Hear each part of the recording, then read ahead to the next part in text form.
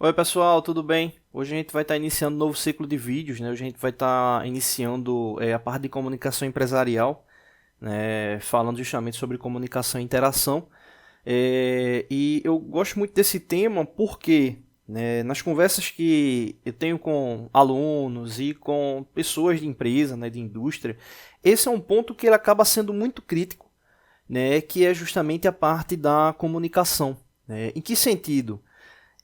Muitas pessoas acabam tendo um aspecto técnico, né, uma qualidade técnica que se sobressai, né, então aquela pessoa acaba tendo um domínio técnico operacional elevado, mas às vezes a pessoa acaba não tendo uma capacidade de comunicação e interação que façam com que aquela pessoa venha a progredir no que diz respeito a características, né, às vezes de gestão ou até de apresentar mesmo os projetos, né, dependendo do tipo de setor que a pessoa está atuando, né. Então esse tema ele é muito relevante, né. A gente começou também vídeos na parte de mindset, né. Então eu entendo que a questão do pensamento e a questão da comunicação elas são primordiais para a sobrevivência, né, de quem está no ramo industrial, né. Então é importante entender que a comunicação, né, ela acaba proporcionando, né, a interatividade, né, entre os grupos, né, entre as pessoas, né. Então isso aí é que justamente faz com que a gente tenha a questão de transmissão de conhecimento, né. E às vezes é difícil você ter, né, às vezes você acaba tendo faz uma determinada análise sobre uma pessoa, né, sem conhecer tanto daquela pessoa, levando mais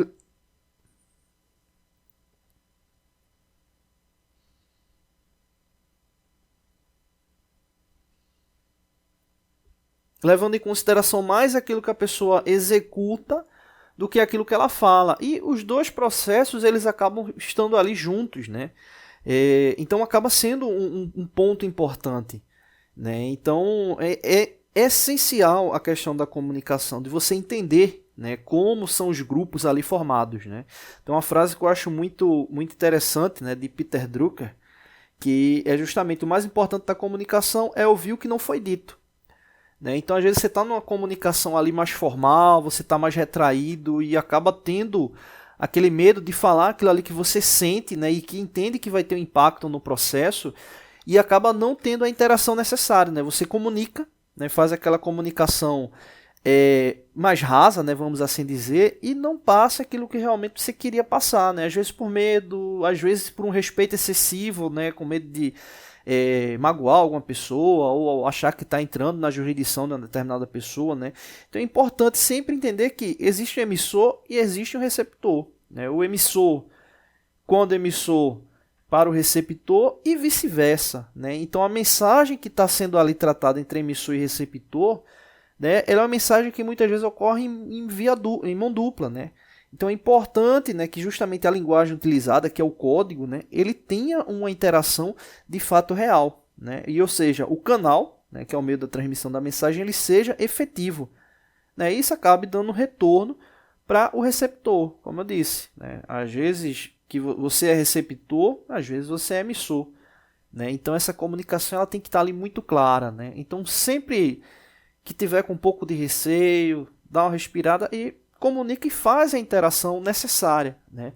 Hoje, para o âmbito industrial, isso é muito importante, que o gestor saiba o que é que está ocorrendo ali, né? Eu já vi casos de demissão, né, que às vezes a pessoa vinha num ciclo tão prejudicial para si mesmo, né, e quando aquela pessoa saiu, ela pensou de, poxa, por que eu saí, né? Você fica pensando, caramba, o gestor daquela pessoa não teve muitas vezes uma comunicação efetiva com ela para alertar sobre os pontos que ela estava tratando, né, que não eram legais ali para aquele grupo, para aquela gestão e vice-versa, né? Então esse ponto ele é fundamental, né? Então a gente vai estar iniciando, né, alguns vídeos falando sobre essa parte justamente de comunicação empresarial, tá bom? Não deixe de se inscrever no canal, toda semana tem vídeos novos, valeu! Oi pessoal, tudo bem? Hoje a gente vai estar dando continuidade nos nossos vídeos da parte de comunicação empresarial. Hoje a gente vai estar falando de feedback, né? E acaba fazendo um laço, né, com o que a gente estava tratando no último vídeo, que era justamente a parte de comunicação e interação, né? Feedback na área industrial, né, é um dos pontos principais de insucesso em alguns setores, né? Porque ele leva em consideração, né, justamente o retorno de uma resposta. Só que às vezes a pergunta ela não é formulada de forma pelo canal direto ali por meio de palavras, né? Ou seja, acaba ocorrendo muitas vezes por meio de ações, né? E entender esse tipo de comunicação é importantíssimo para o gestor. Também do outro lado, né, a pessoa que está ali no operacional, entender também quando o gestor consegue evidenciar, tem aquele tato, né, e quando ele não tem. Né? Então, quando ele não tem, é importante às vezes deixar mais claro esse tipo de comunicação. Né? E mesmo assim, ocorre alguns casos de você não ter um feedback, né? Não ter de fato ali um retorno sobre aquela consideração ali que você está executando. Né? Então, o feedback ele acaba justamente sendo um ponto crucial, né, ali para fechar aquele ciclo e entender o direcionamento que deve ser tomado, inclusive se o direcionamento for manter as mesmas execuções, né, ou seja, os mesmos métodos. Né? Então, ter essa conscientização do feedback ela é fundamental. Né? Tem uma frase, uma escrita, né, de Thomas Edison, né, bem interessante, quando ele fala, né, sobre a questão das experiências que ele teve, né, de mandar os experimentos e de não receber retorno. Né, e é muito interessante quando ele fala, né, tem uma parte que ele fala que, se não me engano, é assim, né, impressionante como o ser humano não se importa em responder às suas cartas, né, e questionamentos, né, enquanto você não é uma pessoa reconhecida e famosa.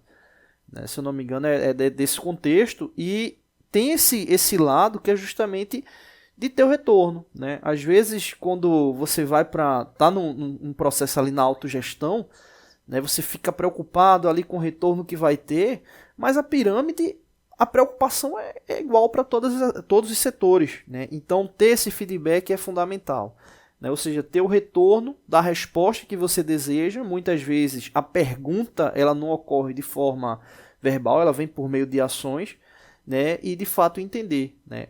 No caso do retorno, né, se está ocorrendo de uma forma efetiva ou não. Né? E tem um detalhe importante que é quando nem gestor nem operador estão preocupados ali com o feedback de um com o outro. Né? Ou seja, o processo ele vai passando e quando vê, ou ele vai estourar na mão do gestor, ou ele vai estourar na mão do operador, de um grupo, né? Porque não se teve aquele entrosamento ali da ação. Então é importante que isso aí esteja muito bem alinhado. Cada vez mais o setor de recursos humanos ele está ali em cima, analisando como estão os processos, ali como estão os times.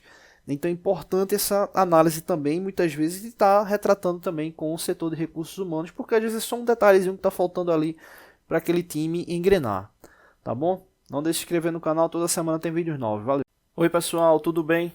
Hoje a gente vai estar iniciando, né, um novo ciclo de vídeos aí na parte de WCM, né? Então a gente vai fazer uma série de vídeos, né, focando nesse tema, né, o WCM que cada vez mais se torna comum, né, no ciclo industrial nacional, né? Então a gente ou observa empresas que já começam a se adequar ao WCM, ou empresas que vêm de fora, né? Então elas já trazem a cultura do WCM, e empresas que acabam se espelhando, né, em partes aí, né? Ou seja, acabam se espelhando aí parcialmente, né, em alguns tópicos aí do WCM, né? O WCM que significa World Class Manufacturing, né? Ou seja, manufatura de classe mundial, né? E ele é basicamente um conjunto de conceitos, né, princípios, né, políticas e técnicas, né, que acabou tendo origem, né, com base no sistema Toyota de produção,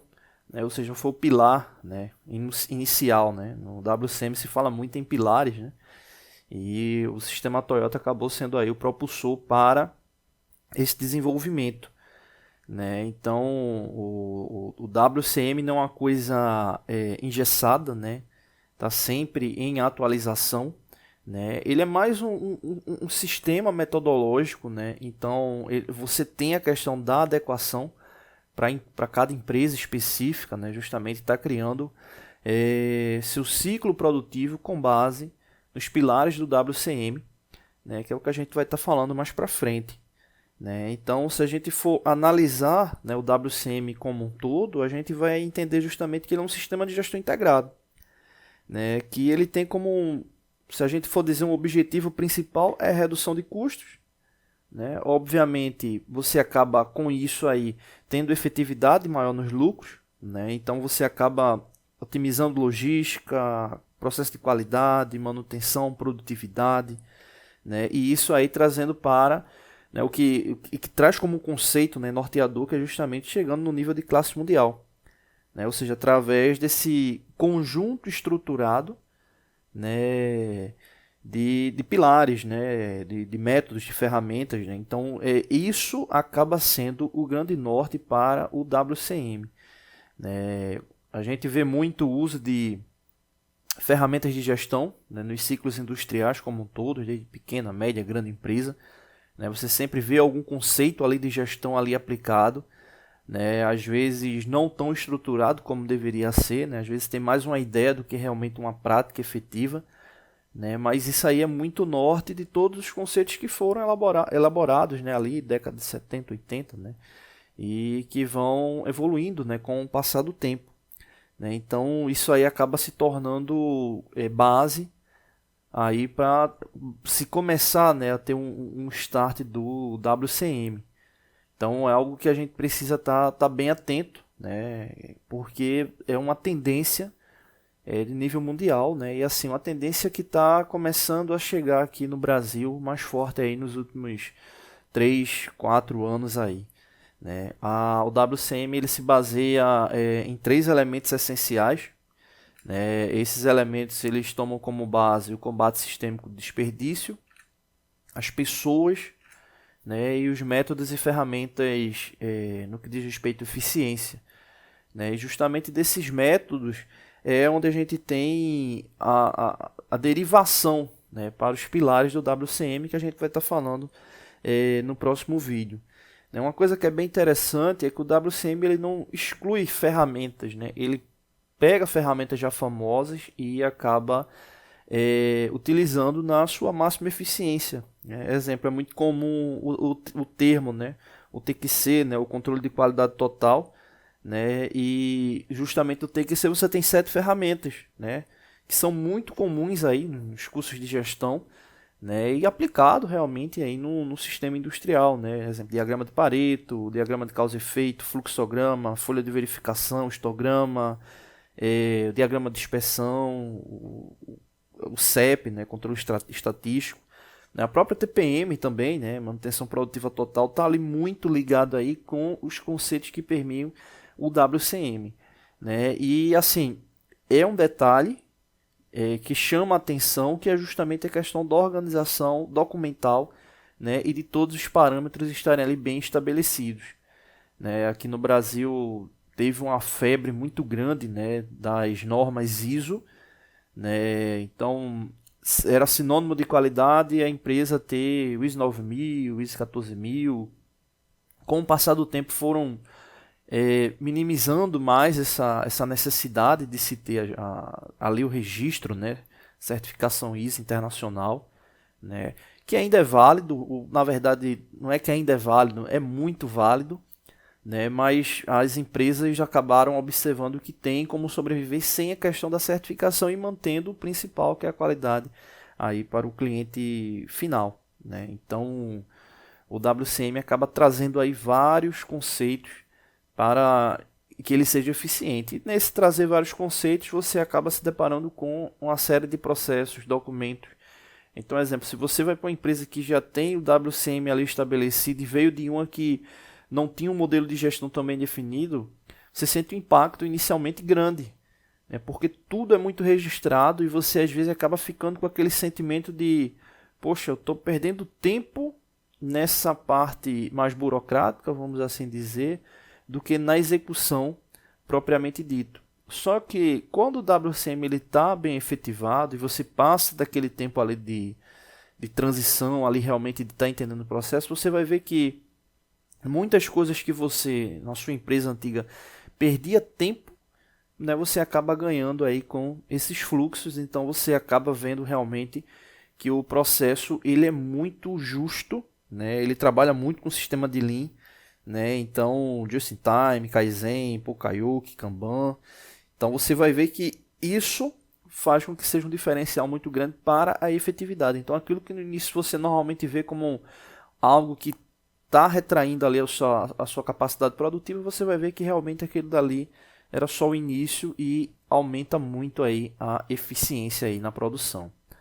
Né? Como eu falei, o WCM ele tem como base pilares, né, que são derivados dos elementos essenciais. Né? Então aí você tem 10 pilares e a gente vai estar falando justamente sobre esses pilares no próximo vídeo, tá bom? Não deixe de se inscrever no canal, toda semana tem vídeo novo. Valeu!